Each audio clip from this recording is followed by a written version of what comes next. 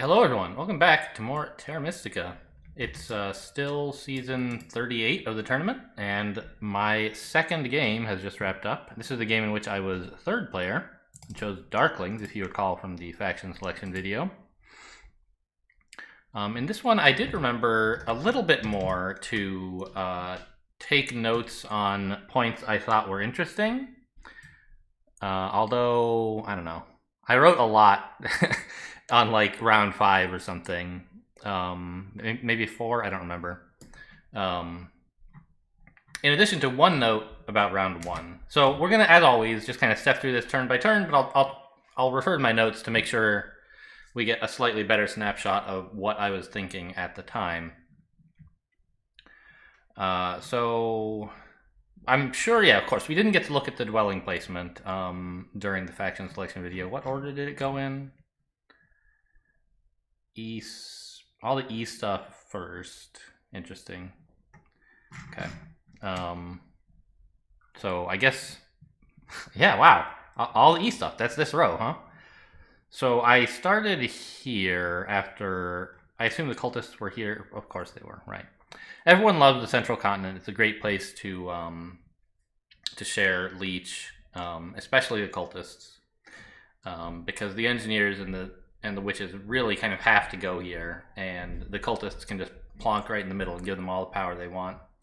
I wish they wouldn't. I would love to have E6 myself, but you know, what can you do?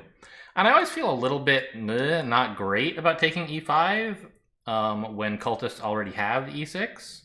Because it's a little bit awkward to claim more space to make a town with. You can kind of go out this way with just a bunch of dwellings, and that's enough. You can make a town that way. You don't get much leech, so it kind of stinks, but I don't know. Like, what else am I supposed to do? I could have gone to E10, but I didn't know at the time that the witches would be placing on E9 for sure. There are some other reasonable options for them, I think. And I didn't want to be trapped on the Eastern Continent. I've had issues with that before, where like, yeah, you have to do some cool stuff, but especially with their like being contention from the witches wanting to dig this way, I don't seem likely to have the Eastern Continent by myself. So I had to go somewhere else. And E5 seems reasonable enough. In particular, also, a thing I had in mind was being next to the cultists, because you know in round 1 they're going to be giving you a bunch of leech if they can. And one thing I was really hoping to do was see if there's some way I could get my sanctuary in round 1. It's difficult. But very rewarding, because it's like the best feature that the Darklings have is their sanctuary. So I was hopeful that the witches might let me have this one, because it doesn't seem that great to them. I mean, 2 workers is good, don't get me wrong. But there are other things they also might want, for example, shipping. Witches have very good terrain for shipping.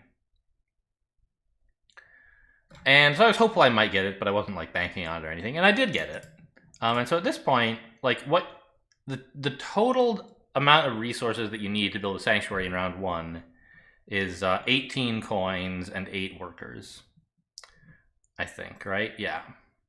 And so that's actually like the Darklings are fairly close to having that if you can pick up the Sanctuary Stronghold bonus style. That gives you 2 of the 4 workers you need. And you just have to find 2 more workers and 3 more coins. And you've already got enough power that if you really had to, you could burn 3 of it for 3 coins. And you could turn 1 priest into 1 worker if you had to do that. You know, none of that is ideal. You know, what you would love is to like get to take action 3 to gain a couple workers, and then like maybe send your priest to Earth to pick up some power, which you can then turn into coins to get your coin, you know, whatever. There's things you can do, and so I was hoping to do it. And even if I don't get it, this is a really great bonus tile to have early for the Darklings who are short on workers. Okay, so anyway, we all placed here, and round one, everyone starts with a trading post, and I think for everybody, the obvious place to do it is here, because this is where all the leech is happening. I'm getting less than anyone else, because I have to start here, and I'm not really happy about this, but oh well. Better than getting none, right? And the first 3 players all grab the temple, picking up Earth 1 in all cases, I believe, yes. And witches took advantage of our being indisposed, I guess, to grab the double dig before someone else can get to it.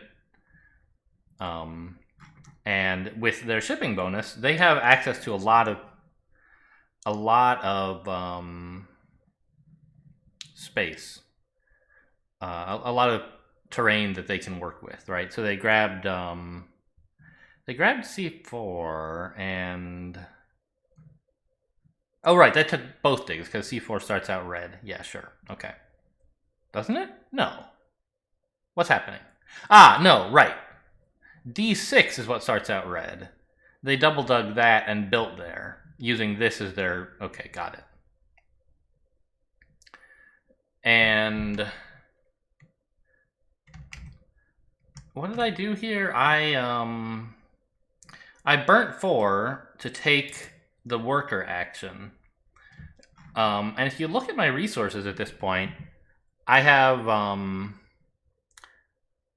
4 workers, a priest, and I could burn 1 here. So I'm 1 resource short. If I really, really had to, I could burn a coin, burn a power, turn it into a coin, turn a priest into a worker, turn a worker into a coin, and I would have 9. I'd be 1 short. Of course, that's not an especially compelling thing to do. It would be more desirable to gain some resources, say, by sending the priest to Earth to pick up 3 power. And that, I think, would do it, right? Well, no. Because I would gain 1.5 coins, but I would lose the priest, which I was turning into a coin. So it'd still be half a coin away. However, also of note is that I'm not going to get to do that. The cultists will... They have a priest, and I think they're happy to send him to either... Well, do they send him to water or to Earth? I'm not sure. I don't remember what happened. Let's find out. The cultists sent it to water. Okay. So I don't remember if they managed to get all the way up to 8 for 2 digs. I don't think so. They don't quite have enough workers to do that in an obvious way, but maybe if they use this to dig and build, and they build something, but they can't really, right? Yeah, I don't know. So at this point, yes. So I did something that may be a little surprising to you after all this talk about getting my sanctuary and being so dang close. All I needed was 1 more power. If I were to send my priest to Earth, I would need just 1 more power from somebody. And I actually got the opportunity to send my priest to Earth, but I didn't do it. Okay, so the obvious reason must be I don't think I'm getting any power. And the thing is, the cultists, their next action almost has to involve giving me power, doesn't it?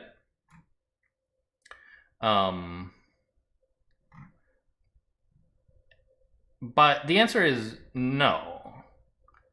Because they have a priest in their possession, or had. Yes, okay, let's back up a turn, in fact, to well, it's a little awkward because I don't have these snapshots on my turn boundaries. On this turn, it's already looking like the cultists kind of have to give me some leech, right? They're going to take 2 more actions before I have to commit to what to do with my priest. Maybe even 3, I think. Yeah. Well, 2 before I commit with my priest, and 3 before I have to either build the sanctuary or pass. And so I was looking at this thinking, you know, I can almost guarantee that I get some power over here, and I get the and I've already got the worker action, right? And as long as I get one more leech from cultists, that'll be enough. But I can't actually make the cultists give me any power. They could if they were feeling a little, you might say, vindictive, or if they just saw what I was up to and wanted to prevent it. They could take their turn very slowly. They could take the priest power action, then send the priests to, say, water, then do a dig but no build, and at that point, the next thing they do will have to give me power, but it's too late. I've already had to commit to not building my sanctuary. And I stalled as much as I could to see if the cultists might like offer me some leech, you know? Maybe it's good for them to get the leech or to get the cult step early, for example. But by the time we got here, the cultists had done everything slowly, and I said, there's just no way that they're going to be so careless in Division 5. I mean, okay, you know, we're not Division 1, but we're not Division 7 either. I thought, at this point, they can see what I'm up to, and there's no way they're going to be so careless as to dig and build in a single action, enabling me to get my sanctuary, when they could do it as 2 actions to prevent it. Or they could build a trading post, and that's 1 action that would also help me. But whatever they do, they can dig first, then like they'll probably get a dwelling and a trading post via converting power to workers, maybe. So I had to give up at this point on my dreams of getting the sanctuary round 1, which isn't the end of the world. There's a sanctuary scoring in round 2, which is worth more points, but it means I'll have fewer priests coming in, right? And I won't get the second favor tile. I would have loved to get Fire 1 in round 1 as well as Earth 1 to get that coin income going. But the cultists, by taking their turn as slowly as they possibly could, prevented me. And I wondered, like, how much of this was on purpose? I don't really know the answer. As I discussed in previous videos, I'm a lot more focused on my actions than I am on other players' actions most of the game. And so I imagine them being, like, attentive to what I'm doing because that's what I'm thinking of. But maybe it was just like, you know, maybe it was the right thing for them to do in general. They were going slowly so that I would have to pass the bonus tile to them first, and they didn't notice that I needed that leech to do the thing I really wanted to do that turn. Who knows? But at any rate, it was a good play by them for one of any number of reasons. And this is one of the things I wrote in my notes, is that trying to get my sanctuary in round 1, I don't know if it was the right play or the wrong play, but it was a risky play that didn't pay off. It's not the end of the world because, like, I still did this build. I took workers, and aren't I going to want workers? Darklings don't start out with that many of them, so it's not the end of the world. I took action 3, right? Well, sure. But I ended up having quite a bit of a struggle, as I recall, to even get my sanctuary in round 2 because I had spent so much power on workers, and all I really need is coins. So this very nearly was fatal, I think. If I had missed my sanctuary in both of the first 2 rounds, not only would I be getting it sort of, round 3 is okay. It's later than you would like, but it's manageable. But if you also miss out on scoring for it, it's kind of a bummer. So anyway, I just got going. I'm actually not sure why I did this in a single action instead of 2 actions. It seems to me like I would have preferred to go slowly so that I don't give anybody this bonus tile, maybe? Maybe one of these bonus tiles is something I was angling for, like the dwelling scoring and coins. Even though I'm not going to have that many dwellings, I'll have like 2. I really badly need the coins for my sanctuary, so maybe that was the idea. We'll see. And I did indeed pass. And I took the dwelling scoring, sure. And you can see, even at this, like, okay, I guess it's not that big a struggle. I just need to get 2 coins, and if I really had to, I can convert 2 workers, or I could burn 2 power. But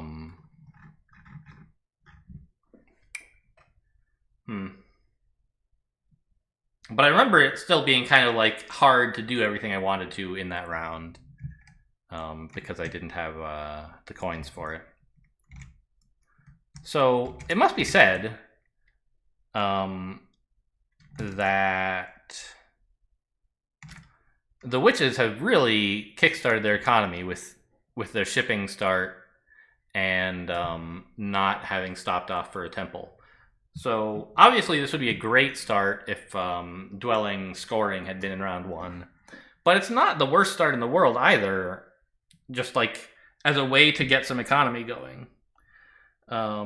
They probably don't want to get their stronghold this round because they've already put down a ton of dwellings and they kind of need to work more on scoring mechanics and less on economy, probably.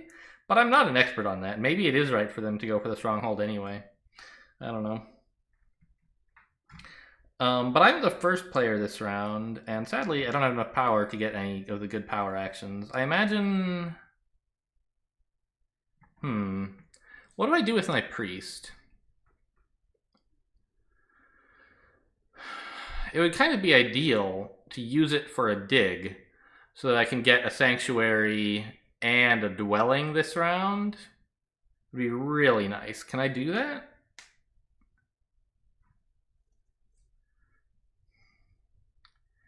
I need more power. I can't just convert the resources I have to a sanctuary and a dwelling. So it would be nice to send my priest to, say, air. Oh, that's what I did, I remember. I sent it to air and got the 3 spot because there's air scoring or air income coming up.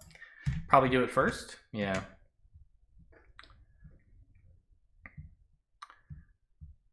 Okay. And then I imagine I just like grab the sanctuary in a way that is minimally inconvenient for me. Whatever that entails. Hello? Did I do anything that round? What happened? Ah, I took the coins. Yes, okay. Right, this is why I felt a little uncomfortable. I had to burn down to 4 really early. And I remember in my Nomads game, I also burned down to 4 pretty early. Was it in round 1? No. Because in round 1, I had gotten a ton of power from the Swarmlings. I was able to just spend 4 and then burn 4. So I was down to only 8. And I forget exactly when I burned down to 4, but it was like around 2 or 3. And Darklings are the faction that is least upset about burning down to 4 often, because they don't really care about the 2 spade action. But it still makes power management pretty awkward, and I would rather not have had to do it. It's also kind of a bummer that like I can't use these workers to build a dwelling because I had to send my priest to air to get the power for this, right? So like these 2 workers that I spent 4 power on in round 1 are just sitting here doing nothing for 2 rounds. So I feel really, I don't know. Like I said, it was a risky play, and the cultists might have allowed it to pay off if they had different priorities. But as it happened, it didn't pay off, and I had these 2 workers hanging around my neck for a couple rounds to remind me of my folly. Okay, so I grabbed the Sanctuary, and I did take Fire 1, right? Yeah. This is, as I recall, this is the game with very little coin, right? Yeah. The only coins in the bonus tiles are here and here. And the only coin income is here, which is, I mean, I don't know. That's a normal amount of cult coin income because there's only 2 bonus tiles that give you coins, this and the 1 coin per earth. And so getting only one of them is pretty normal. Getting both is a little unusual. Getting none is probably a little unusual.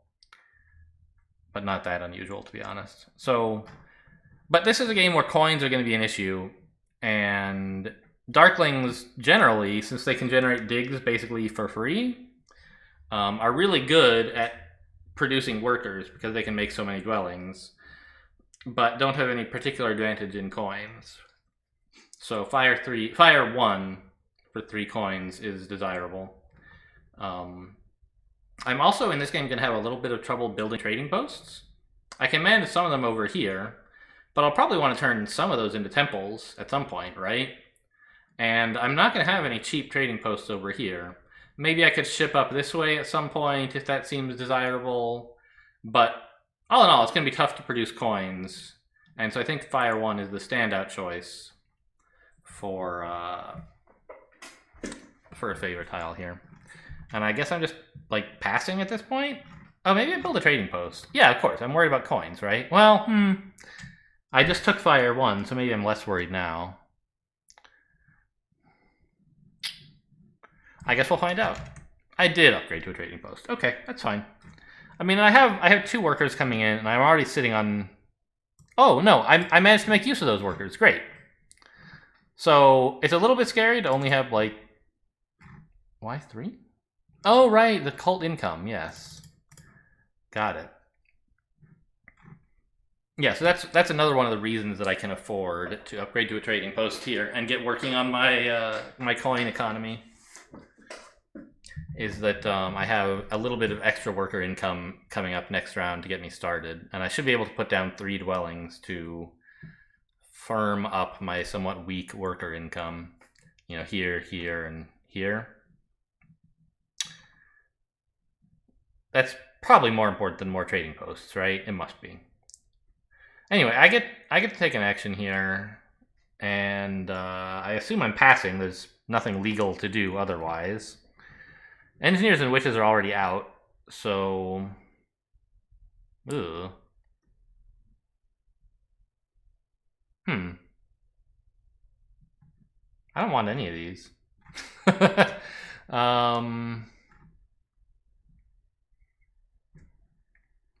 I'm sure I didn't take this. Did I take this just for like 2 coins and 3? Did I judge 3 power as being worth more than a dig? Probably not, right? Right? At the moment, I don't much need digs. But I guess a dig would let me maybe send a priest to a cult for some more coin income. So maybe I probably should take a dig. Let's see what I actually took. Yeah, I did. Okay.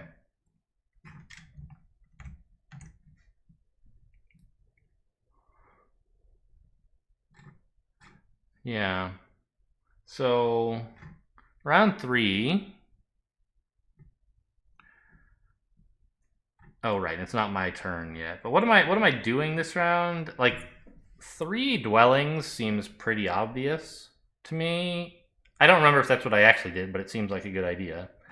You could build a temple, but it seems pretty greedy to try to cash in on these 4 points. I need more economy.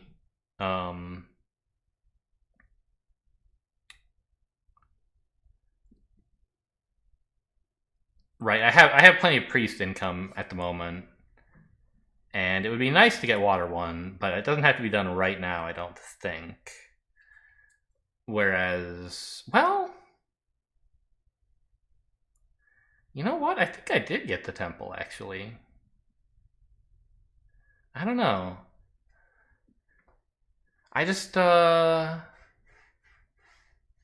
remember what the end state of this game was, and it doesn't really seem consistent with me building the 3 dwellings I would expect to have built this turn. Let's see how it goes, I guess. Okay, alright. So, who's acting first in this round? The witches. Yeah, so they double dug to take E10 away from me, which I don't much like. I thought they were going to build a bridge, and this was going to be their town. But then C3 is a little isolated, right? So it kind of makes sense that they're going to try to get a town here, here, and here. Or I guess here, rather, and here. So it makes sense they would take E10. But I'm not very happy about it. I'd also rather they not take E11, but it's not the end of the world for me. I already have enough neighbors to build up to 7 power.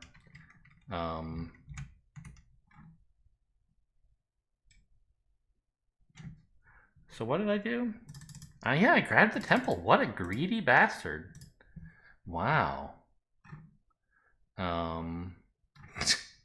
There goes everything I said about coins, huh? I don't know. I guess now I can send my priests to the cults at this point and get my coin income that way. Okay, that's interesting, I guess. Man, I should have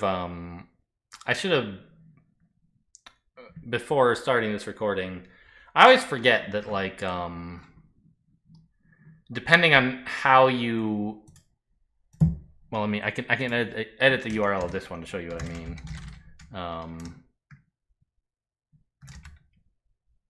Is it my yeah, I can make myself on top and make it look like it's actually my turn. So there's buttons here, and I don't remember if it, like, does that carry on if I click here? Does it still, like, no, it wouldn't. I don't think it would actually look like it's my turn, right? Yeah, so it's just a huge hassle to make the UI look like I'm actually playing, and so we're offset by turns sometimes. Oh well. So it would have been nice to have a look like this, so I can see what it looks like on my turns. But yeah, I think at this point I just send priests to the cults, and for the rest of the game, my plan is basically just like build a bunch of dwellings and trading posts and cash in on points for it. Good news, trading post and dwelling scoring are coming up, and there's town scoring in the middle, so that plan of just like building stuff lines up fairly well with the round scoring incentives. So we sent a priest to earth, we sent a priest to water. Meanwhile, the cultists have grabbed their first town, right? Yeah, they took the double cult town, and of course they took fire too to get smaller towns. This, I feel like this is, I don't know, I'm not a cultist expert, right? But I feel like it's pretty common for cultists to have a sanctuary town in the middle here, because there's really not 4 tiles that the cultists really want to get, right? Ideally, they would have E5 instead of G2, but that's not realistic for me starting there, of course. But if they say they do get E5, they're like not really thrilled to take E4 or G2, which starts out red. So this is like the dream cultist town with a sanctuary, and you can build that up to size 7. It's not the end of the world, but also it's realistic for cultists to try to get 3 towns often enough. So I don't know. This like size. This tiny town seems sort of like a normal cultist thing, but I'm not really sure. And it must be time for me to pass, right? Wow. I actually didn't even use my worker for a dwelling. I thought it was more important to send my priest to a cult to get 2 coins from it than it was to get a dwelling out of it this round. Yeah, I'm really concerned about coins, apparently, which makes sense.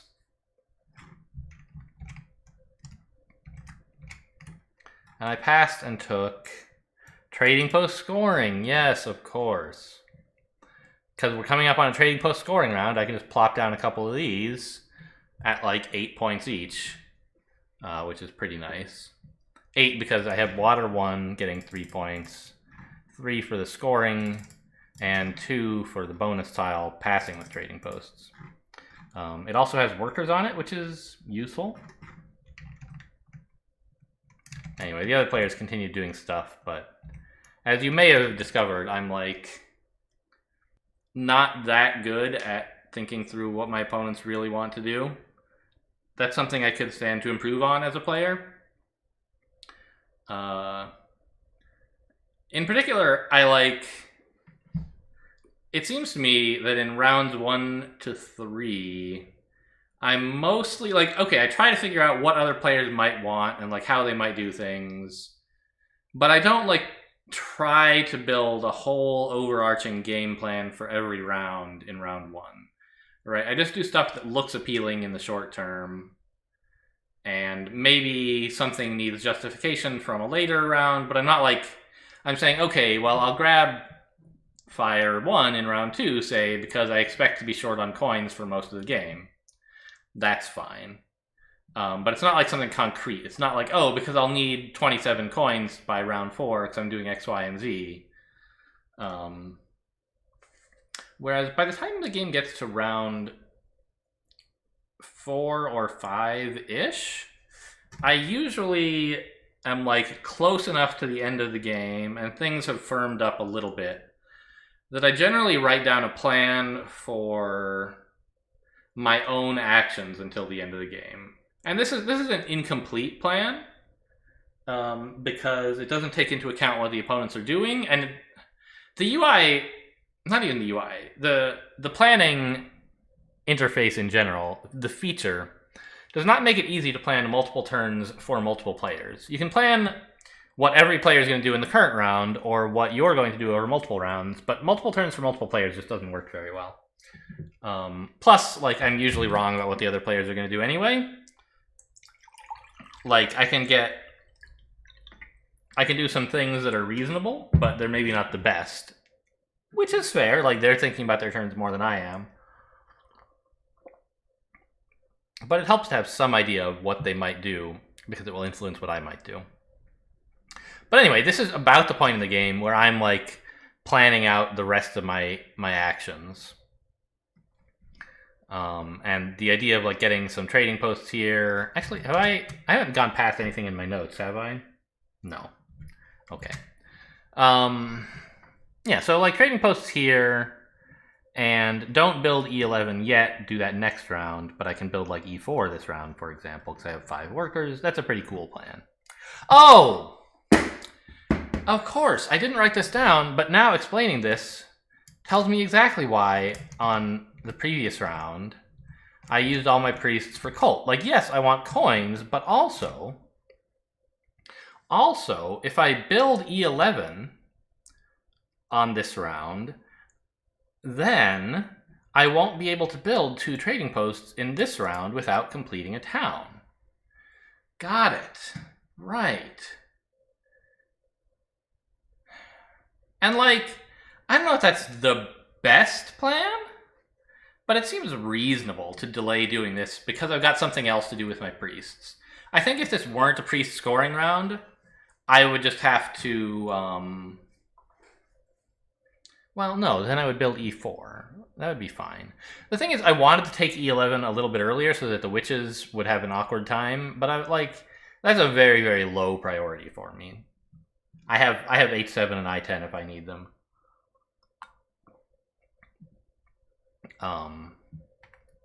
So letting the witches have E11 would be fine. And, like, if you look at the scoring, they're not looking like the main rivals this game. So far, they've done almost nothing that's worth points. They did manage to do 2 temples in the temple round, which is pretty impressive.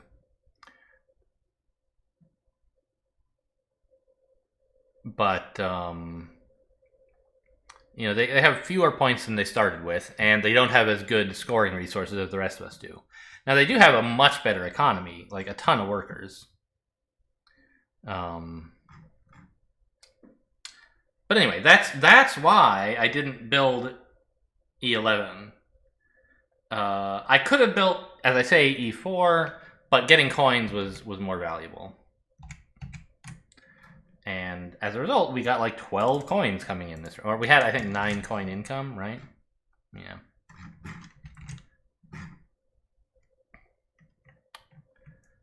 And was I the first to pass here? No, the cultists were. They took shipping. Yes. I wrote some stuff down in this round near the end, I think. It got a bit... no, it was next round, wasn't it? Anyway.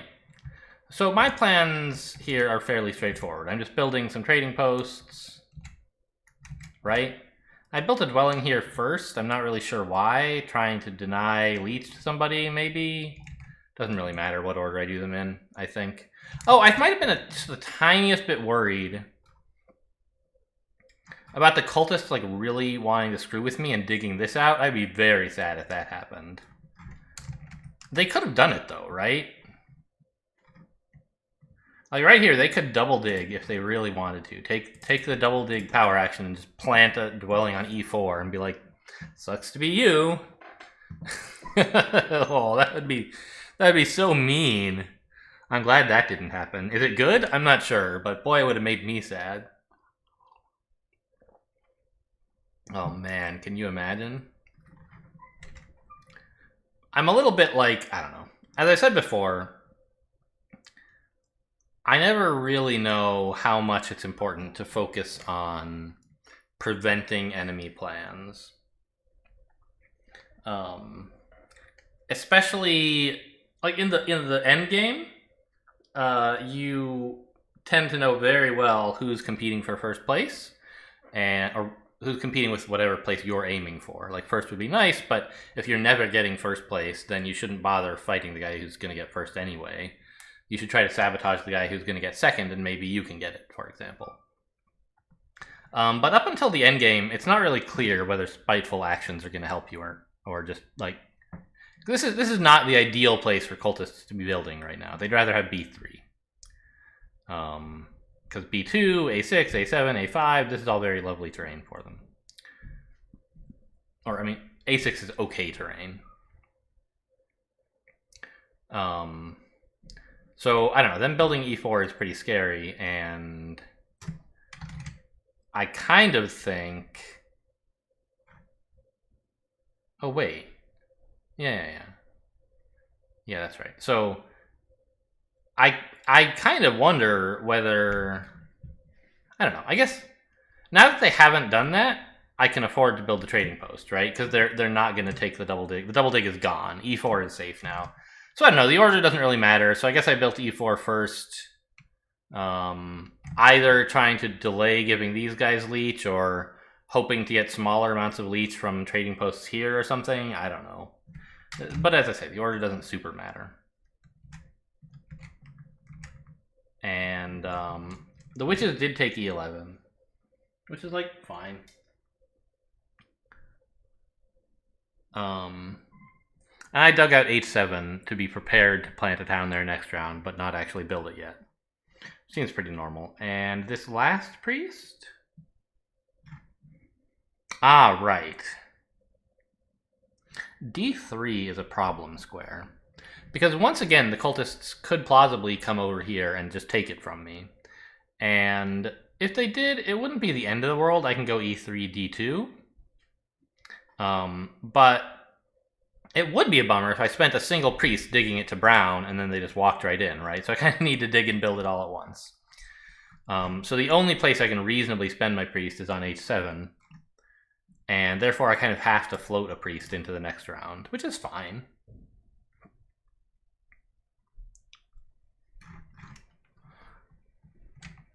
And I think that means I'm passing here, right? After cultists. And I grab this, I suppose? Swelling scoring? Yeah.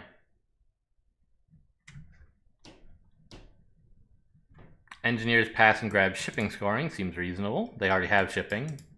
And they want more, eventually, to connect everything up. Notice, by the way, the, like...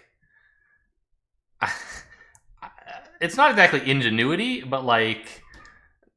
The extent, or the what's the word I'm thinking of? The amount of effort, this is not the words I'm thinking of, but whatever. How much work the cultists and, sorry, Jesus Christ. How much work the engineers and witches are having to go to avoid each other. Like, this is the engineers' second town. They hate this town. Like, 8-10 starts off green, and they had to dig it twice. No, once. A11 starts off blue. They're going to have to dig it twice. They need a bridge. They had to build a trading post with no neighbors. Like, what a sad, sad town. The witches are actually doing pretty okay at it. And this is not a totally unreasonable... Oh, by the way, and this is like just to get a town with Fire 2.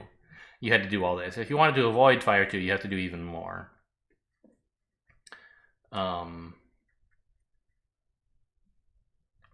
I'm gonna have to build a bridge here, which is not the end of the world. But it's just like, you know, the engineers and witches fighting each other is a very common thing that happens, and it's playing out here in these like awkward town locations, while the cultists just get to build exactly the dream town that they would have liked to build, and they get a ton of cult steps from arguing with the witches and engineers. I'm kind of in the middle. I'm doing quite well on points. If we look at that, like I'm generating a ton of points from my faction ability and my scoring ability, scoring favors, I guess you would say, and bonus tiles. But I'm really not going to be competing on network. It's literally impossible for me to connect up these two towns at this point, even if I had all the resources in the world. I couldn't. No, that's not true. With all the resources in the world, it's not yet impossible. I can take H6, triple ship to E8, triple ship up to A8, and then here and here. Like, it could be connected up, but it's getting close to impossible, right?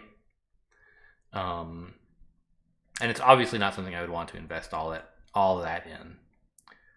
So I'm not going to really compete on network, and my cult status is kind of bleh, which is fine. Like, my priests are worth 2 points. Why would I spend them on cults unless I have a good reason? Here, sending one to air might have been a good reason, but for just one cult step, it's like I'm getting a dig anyway. Is the single cult step going to be worth more than the 2 points I would get from using the priest to dig? No. So clearly I don't want to do this.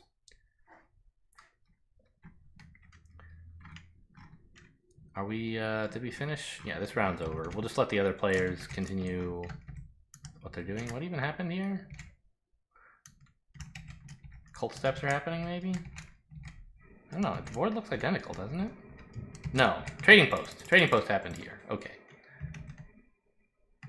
Fine. And here we are in round 5. The town round. A very exciting town round. I'm all set up for a town here, and it's going to be very easy to get a town out of this area as well. So I can make both of my towns during the town round. And notice, only one player has built has finished any towns yet. The cultists took this one, which is, they got it so early. I don't mean to say that by like building a town early they made a mistake, right? They chose to invest more in their economy by getting the town income and the better structures by taking the town early, and have the goal to build at least 1, maybe 2 towns in this round. But I think it's got to be impossible to build 2 towns in this round, right? Yeah. You can finish this one. All you need is a bridge. But you're not going to be able to build a whole new town from nothing in a single round. On occasion, engineers could do something like that if they had enough digs. I guess cultists could if there's a really big cult income that hit the thing their economy was weakest at. But it would be pretty unusual.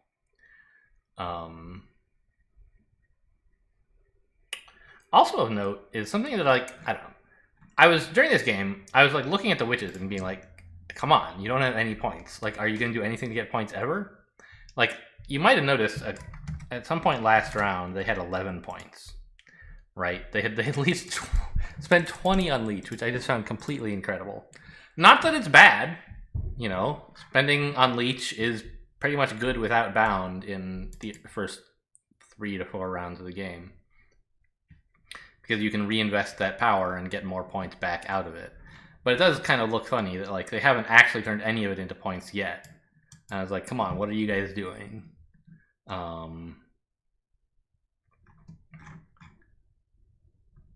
But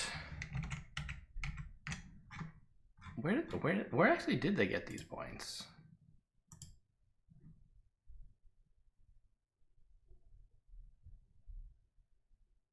Oh, they built 2 trading posts at the end of last round, but that's still like, they got 12 points?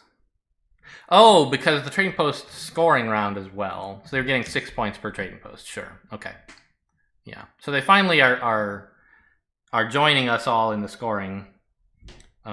Still a ways behind. But anyway, the thing that made me think that is, like, I was thinking about how badly the witches were doing, and something I hadn't really thought about at the time was that the They were competing on several cult tracks. Obviously, it's pretty hard to catch and pass the cultists. But they were making a go at it. And so they have some points that are not reflected down here is all. Plus, of course, their economy is great. And they have the witches' town scoring coming up. So this is going to be a can you say a banner round? Is that a thing? Like, right? Like a banner. What does banner mean as an adjective? Used before a noun, unusually good. Yeah. Usually we say like banner year or something for a business, but it can be a banner round. Why not? This is going to be a banner round for the witches. They can complete at least 2 towns, maybe 3 if they get a bridge here, which would be worth quite a lot.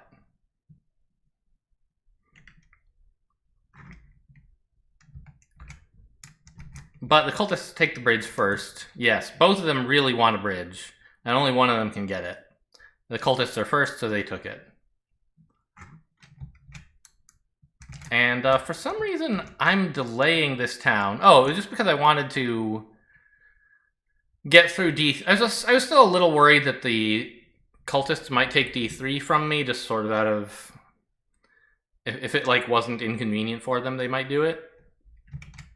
And also something that like I wasn't sure about is, and this is one of the things I wrote in my notes, is like, should I try to get up to B2 and B3?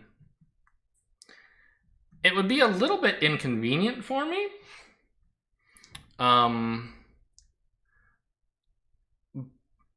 Especially because it would mean investing in shipping when I don't even plan to connect up. But one of the issues that I'm going to have is I'll run out of dwelling supply and still have priests and workers left. Right? I can build a ton of dwellings this round. I started with 4 priests and like 5 places to build, or I don't know, like I can build 1, 2, 3. Yeah, I still have 2 priests left, and I can build 1, 2, like dig here, and that leaves me like 5 dwellings I could still place. Which, notice, is only a total of 7, so I won't run out this round. But next round I want to build a bunch more dwellings, and I'll have like 3 or 4 priests, right?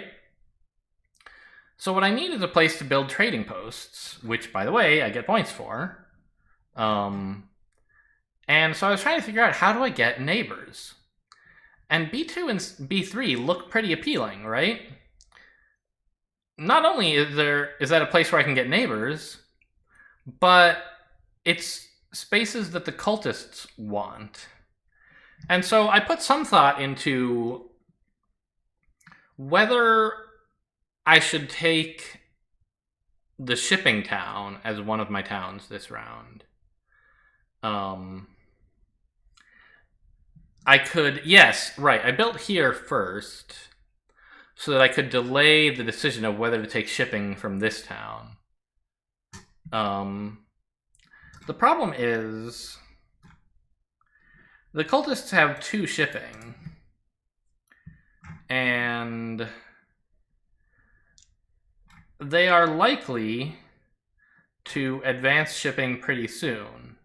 So I don't know, I would have to like build here, take the shipping town, and then immediately build here to get there before them. But if I do that, I don't have enough workers. Yeah, right. I don't have enough workers to finish this town.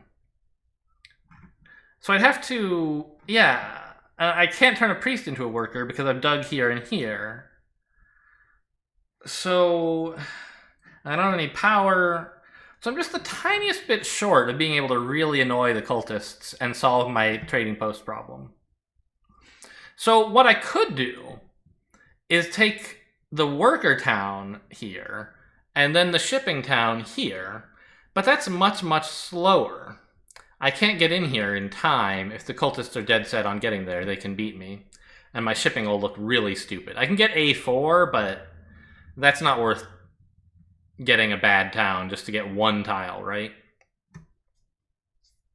So I decided, like, oh, and also, no matter how slowly the cultists go about getting B2, I'm never going to have a chance to actually get it as long as the cultists have 3 shipping. Because it takes me both of my towns to make this appealing. So let's say I build here and the cultists just advance ship. And then I have to first take a worker town and then take a shipping town and then build here. And the cultists can stop me in between any of those actions by just building here, right? So, yeah, right. Then even if they don't advance shipping, it still takes me like 3 actions to get this tile. I have to finish a town, then build. And if I show any signs of trying to take it, they can just say, nah, I'm going to advance shipping and go there first. You know, if they advance shipping, I could react by going here, but then I'm giving up on my own town scoring, which seems not good. So I actually can't really threaten to take this tile at all. I eventually realized, and so I just kind of had to let them have it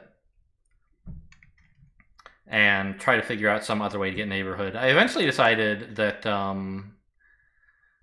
maybe the engineers would take D1 as, like, they kind of have to do some digs and go somewhere, and maybe they'll want, like, someone to give them power for building next to them. So maybe they'll take D1 and I can put a trading post there.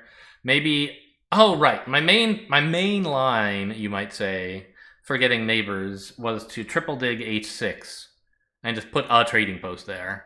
I only really have enough workers for 1 trading post anyway in the next round with all the dwellings I want to do. So that's like okay.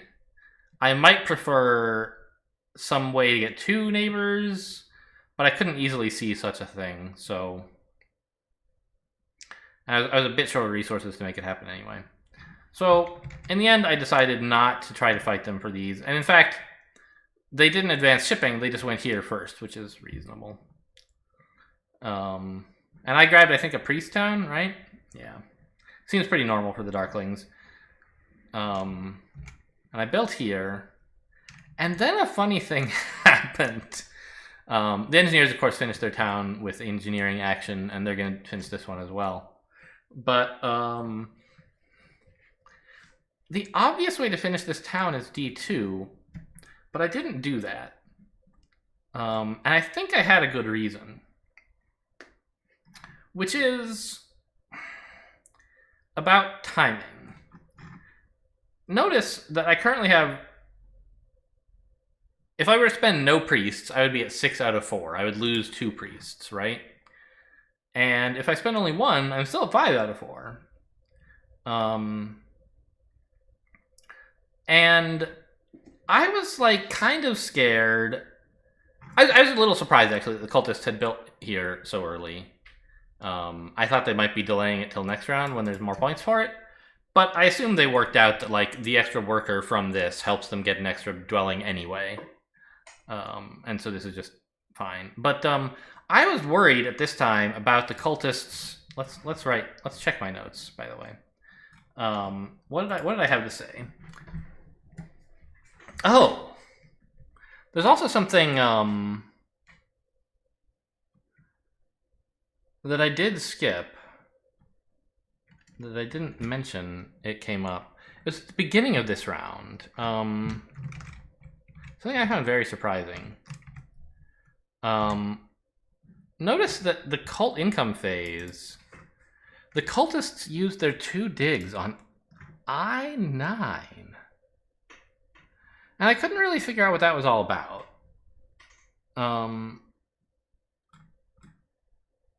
Like, they have 2 shipping. They could have put it a lot of places, right?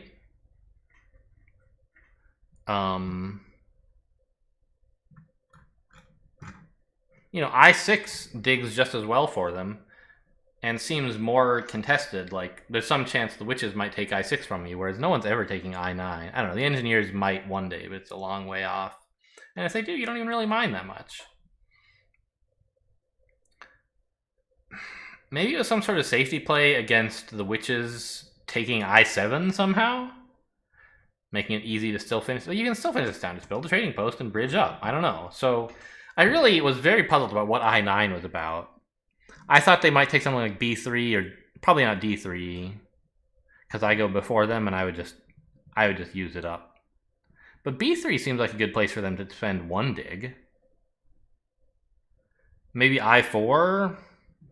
Nah, that turns it black, which, I don't know. I'm never going there, right? So, I don't know. I4 seems like a better place for a dig. It's a bit mysterious to me.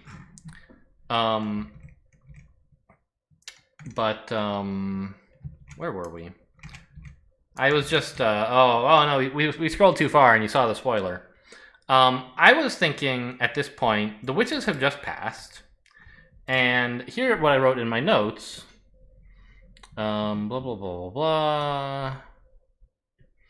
Can I get bonus 7 without wasting priests? Cultists may pass in a hurry. And I really want bonus 7, because I'm going to have at least 3, perhaps 4, well, at least 2, perhaps 3 or 4 trading posts. And I love workers to build more dwellings, so like I think it's very clear the bonus 7 is great for me. Of all the ones available here, trading post scoring, right? It's the only scoring one. And the other players might consider going for it, perhaps.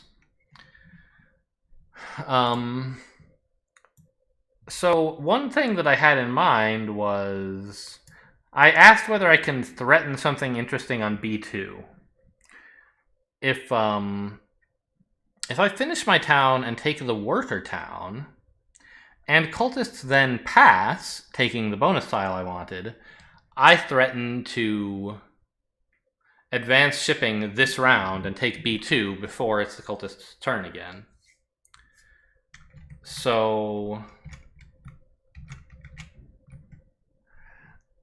that's kind of a bummer though, because then if I do advance shipping and the cultists are not planning that, they can just build B2 themselves.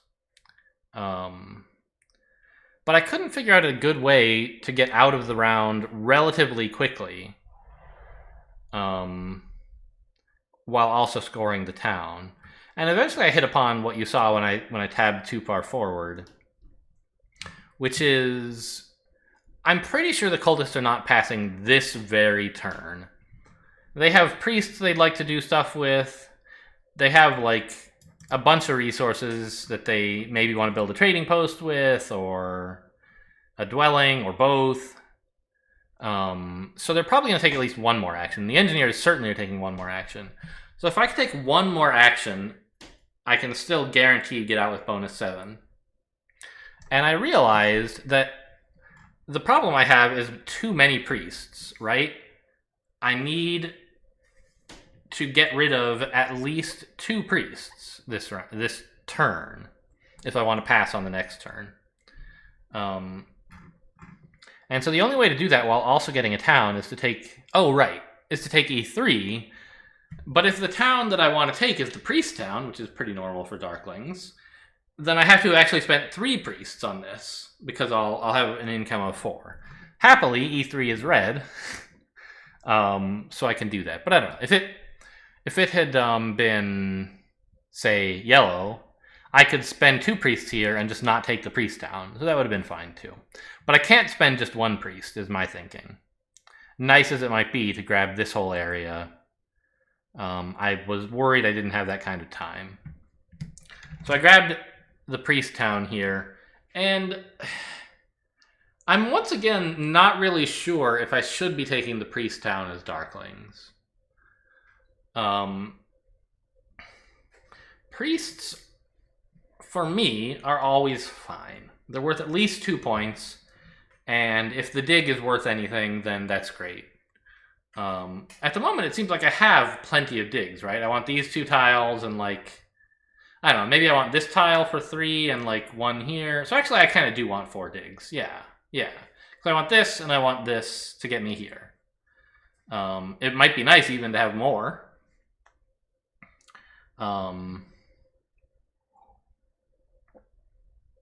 But for other players, the priests are not worth that much late in the game often. They tend to have enough priests from their temples to do like any shipping and digging advances they want, and the only other thing you do with priests is send them to cult tracks, And the cult tracks are pretty much loaded already. You're not going to get much out of a priest. So by taking the priest town myself, I leave open a rather desirable 11-point town to the other players. And I could consider taking the 11 points myself and skipping the priest, even though it's the same points to me. But I think I do want the opportunity to have 4 digs here to get this and this. Remember, I want this for adjacency for another trading post. Now, and then I did indeed pass and get bonus 7. And the cultists and engineers went on for a fair while here. The cultists actually built they wanted 2 trading posts up here to give them lots of coins to fuel the dwellings in the next round. But while this whole round was playing out, I had an idea that, like, I'm sure, like, I've heard games from higher level players where stuff like this happens, and that was probably what made me think of it. But it was the first time that it had, like, come up for me in a game that I was in, and so I was excited about it. Which is, let's look around at who's winning this game. For starters, it looks like me, right? But I don't have much presence on the cult tracks. I'm going to get, like, less than 5 points from the cults and no points for network. Or the other players are going to be able to, split, what is it?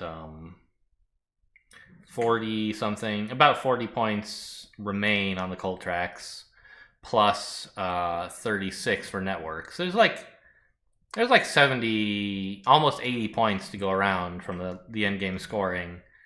Obviously, no one player can get all of those, but they can get several of them, especially the cultists, who are going to get a ton of points from the cult scoring and are really putting in a good showing for network scoring.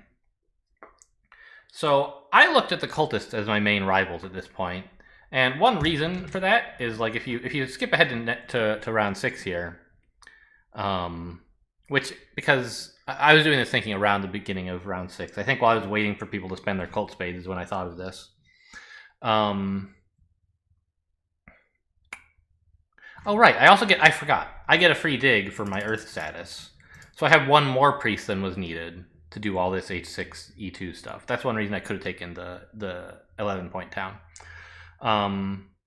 But if you look at the projected point totals, cultists are doing pretty well, and the engineers are doing okay, and they'll probably they'll be able to build a lot of stuff because they're engineers and make their network substantially larger. But the cultists are, I think, the ones mainly threatening me because they're going to get another town, right? And that'll enable them to cement their network lead as well. There's plenty of, the spaces they can get to relatively cheaply. They're all connected up. They're going to have like 14 structures connected, which no one else should be able to do much of anything with. Well, 13 easily, and maybe they take a dig somewhere for 14, maybe 15, right? If they double dig like A8 and I9, for example, they could maybe get up to 15. No, they don't have enough dwellings for that left in supply. So, okay. But like 14 is realistic for them. And so anyway, my thinking was, what do I need to do to, like, buy insurance to make it more likely that I win this game? And the answer was take away points from the cultists.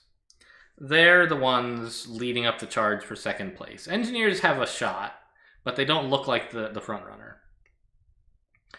And so I was thinking, like, how can I do that? They've already got the cult points locked in.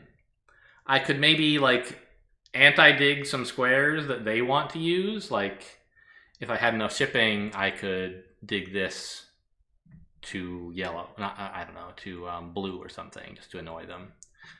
Or dig and build there would be even more annoying, right?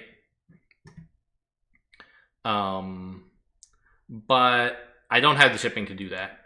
the only square I can influence that the cultists care about at all is H6, and it doesn't really look like they care about it, right? They don't want to go there. If I go there, they're happy enough to get a little leech from me. But what I realized is, you know who I would really love to go there is the witches, right? Because the witches have a pretty nice little enclave down here where they currently have 11 structures on the board. If they could get 3 more, that's 14, which is probably tying or passing the cultists, depending on how things go. The problem is that the witches, like, they haven't advanced their digging yet. They might do it in the future. And they haven't advanced their shipping either. So it's rather expensive for them to get here.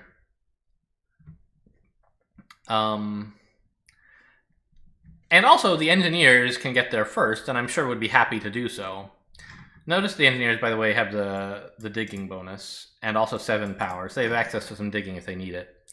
But, the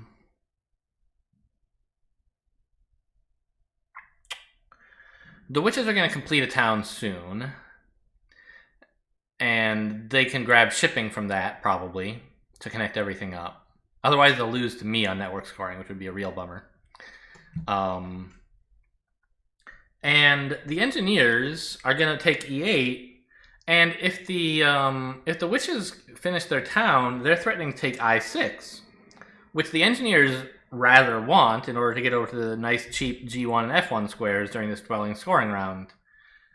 The engineers kind of badly want both of these tiles.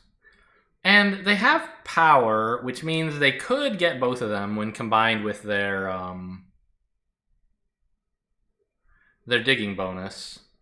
But they don't really want to use their power to dig. When I was planning... Where the hell are they? Here they are. When I was planning out turns for the engineers, I was thinking what they really, really want is the worker action. To let them build more trading posts so they can build more dwellings on the spaces that are already gray, right? They just want to spend their 1 dig on I6, build a bunch of stuff, and then like build trading posts so they can build more stuff and get points for the trading posts as well.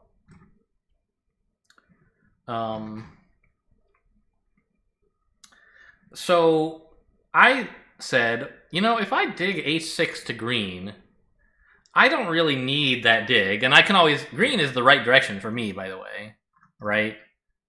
Gray, green, blue, black. So if somehow this doesn't pan out, like I can just continue digging H6 and build on it myself. And that's how I'll get my adjacency. But my idea was, let's turn this green and invite the witches in, and that sort of threatens the cultists on network directly. And it also creates an inconvenience for the engineers, because if they want to stop this from happening, they have to spend power on H6, digging it back to gray. So I didn't do that right away. I wanted to wait until the moment before engineers dug in here, just like in case they had already spent their power, for example. But at this point, the witches still don't have the shippings. They haven't been able to finish their town yet. And engineers are about to act. So I have to dig H6 now. And as I predicted, the engineers thought I6 was a higher priority. They dug that out first.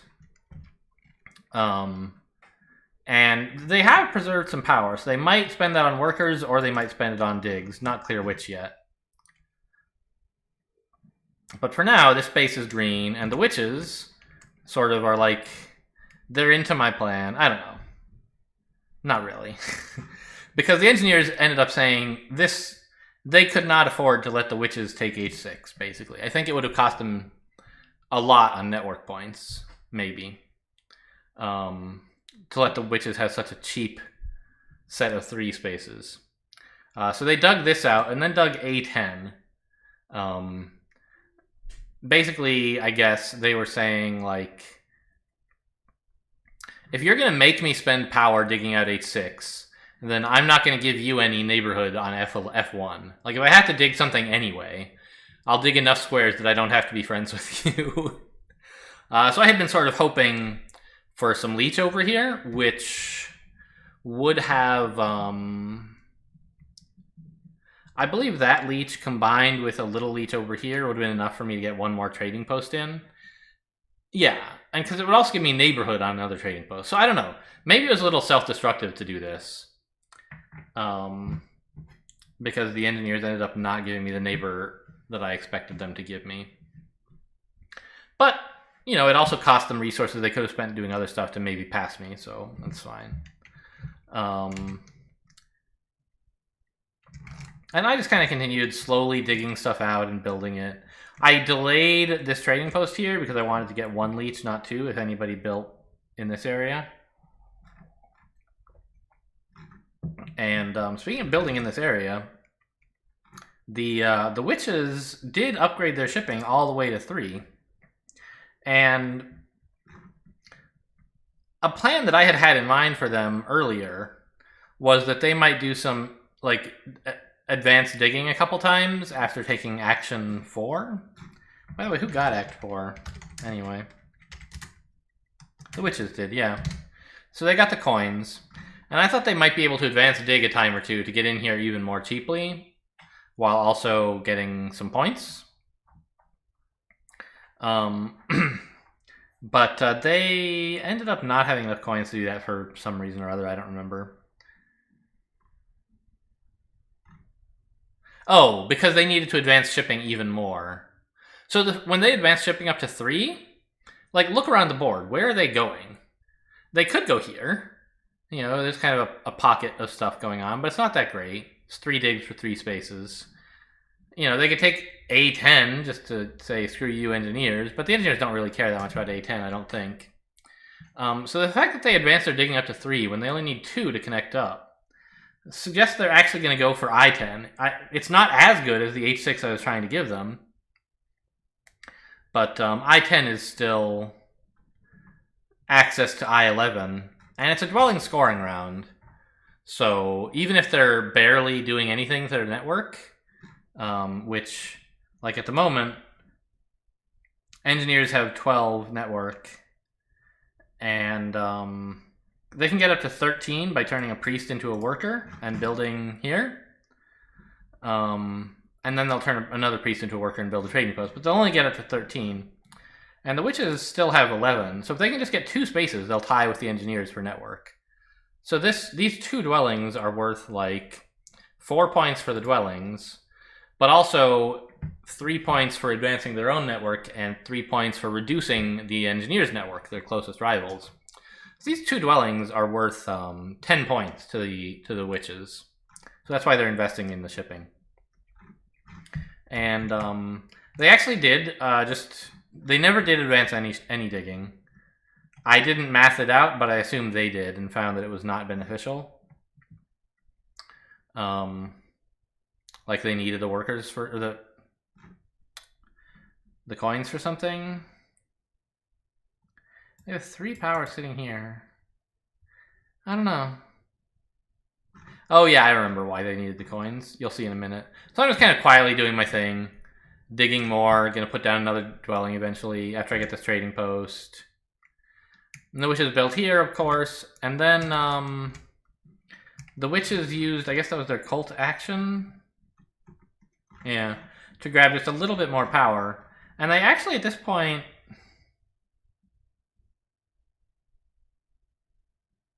Oh, wow.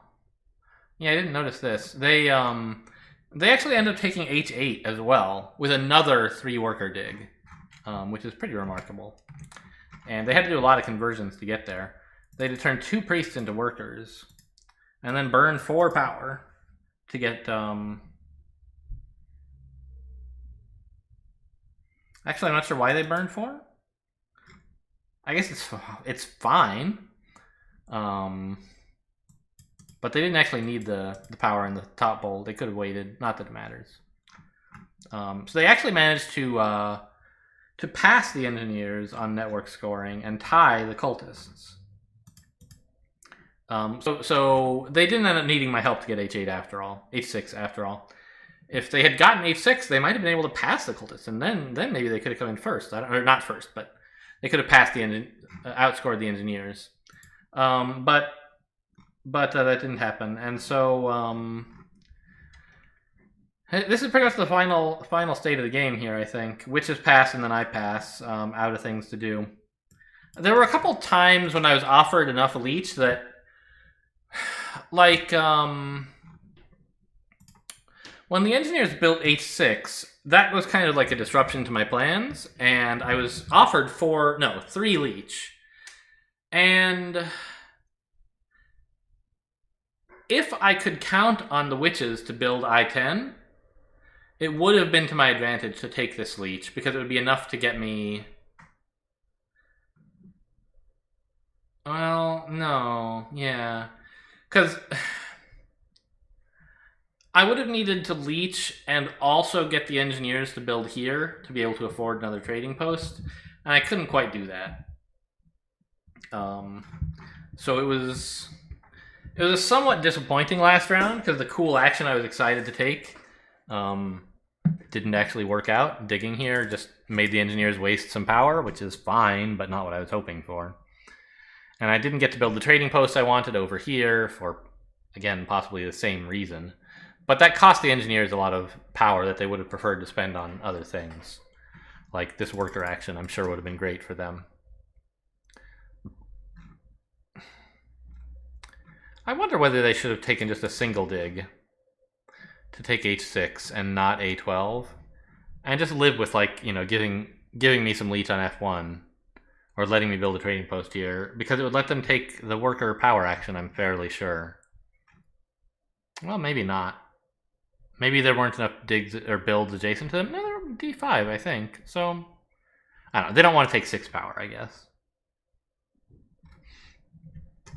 So, this is the end of the game. I won by 11. A comfortable margin, but not a gigantic one. And the other players were all separated by 3 points each. And I don't know, the game kind of worked out fairly well. It's kind of like, actually, let's go back a step. If you look at the scoring, my final scoring is so pitiful, right? I get 4 points from the cults and 0 from the network. Everything else is just like stuff on the board, right? This is from my pass, of course. So I don't consider this endgame scoring. It's just scoring from round 6 that happens at the end. So I made like 139 points in the game, and got a piddling 4 points from the cults. But that's, you know, the Darklings are really good at doing stuff like that. It's nice to be involved in the cult scoring or the network scoring, but sometimes it's hard, and you just turn your priest into points instead. And I kind of liked I found the ending aesthetic. I have all my big, 4 medium-sized structures over here, and then on this side, a sanctuary. It was just like Darklings pooped all over the place. No one else can get in here. Let's put all 8 dwellings next to each other. Why not? And yeah, so let's look at I don't know. We could look a little bit at maybe where the points came from. It's not super revealing, but 12 faction digs is a little high for Darklings, but not that high. 11 dwellings is pretty normal. 2 towns, sure. Darklings can often get 3, but I'm bad at doing it. Surprisingly many points from trading posts, right? I got 10, 19, 28 from trading posts. And something that I like to look at is, how well did you do on round scoring, right? We got 10, 19, 27, 36, which seems pretty good. If you look at, like, for example, the cultists who came second, they got 8, 14, 23. So I feel like I did a pretty good job at tailoring my actions to the round scoring. You certainly can get more than 36, but 36 is pretty respectable, I think. And combined with Darkling faction scoring and getting kind of like the 3 most popular favors all in my clutches. I think I was in good shape to win this game, which, you know, since I won it, is not a surprise. And I thought we'd take a brief look at the league standings. That was my second game to finish, but actually 3 games have finished. And Eljaz won a game with a player 1 Nomad pick, which was pretty exciting. I don't want to scroll down to show you guys how the other games are going, but this is Eljaz's game, isn't it? Yeah. So I was like, I don't know. I still am not very... I talked in the comments of my last video about how I'm sort of like not that ambitious in a number of ways. And one of them is like... the idea of finishing 3 towns without Fire 2 is just unthinkable to me. And so I was very impressed that Eljaz managed to do this while also taking like exclusively scoring favors, right? And like mostly scoring related towns. And like I'm just baffled. It was a very cool performance, I think. Very economical. I wish the game would also give you like a summary of how you got your income in the way that gives you a summary of your VPs. Like, you got, you know, with 20 coins from trading posts or something. I guess that's pretty high. Most people would not get 20. Nomads might. But I kind of want to see, like, without having to scroll through the whole game and reconstruct it mentally in my head, just like, you know, where did you get all this economy? By the way, Eljaz is the other lowest rated player in the tournament besides me. Right, 1156, hasn't been playing the tournament for very long. This is Eljaz's 4th round, or 4th season, I guess. Whereas it's my 3rd. So, I was just, I don't know, kind of rooting for Eljaz. Although, in our game together, Eljaz came last with Witches.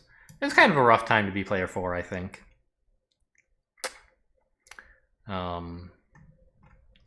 And did not do nearly as badly as I thought the Witches were going to do after going like 4 rounds without taking any points. Managed to like kind of come close. Come quite close. 3 points is good as a margin, but like sadly it's still worth no points. So the players I'm worried about here are Seb FFT, and I think Dr. Mario JB is actually a threat as well, despite having a 4th place finish. Because there's one game where I'm almost certain Dr. Mario is going to win. And that's 9, and if you can win another game, that's 15. I don't remember whether that's realistic or not. I think Vlek and Bayou are not really a threat. Eye of the Storm, probably not doing that great. I think Eye of the Storm is coming 3rd or 4th in a game. And I don't remember how the other 2 are going. But, like, coming 3rd, I guess if you could get 2 more firsts, you would be okay with that, but I don't think that's what's happening. So, I really want to pay attention. I mean, my other 2 games are getting close to finished, and I'm starting to lose the ability to influence who comes 1st or 2nd. But I'd love for Seb FFT to start losing. And Dr. Mario is a bit of a threat as well. But look at my tiebreaker. Huh? Good tiebreaker. I won't tell you guys how my other 2 games are going. The videos are... I don't know. It's probably still going to be another week at least until one of them is ready, right? Let me double check in another window how they're going. Yeah, one of them is in round 6. No. They're both in round 5 still. Yeah, so don't look for those for at least another week or so, I would say. But okay, it's been another long slog of a video, but I guess you guys who watch these enjoy that. So thanks for hanging in with me all this time, and thanks for watching in general, and I'll see you next time.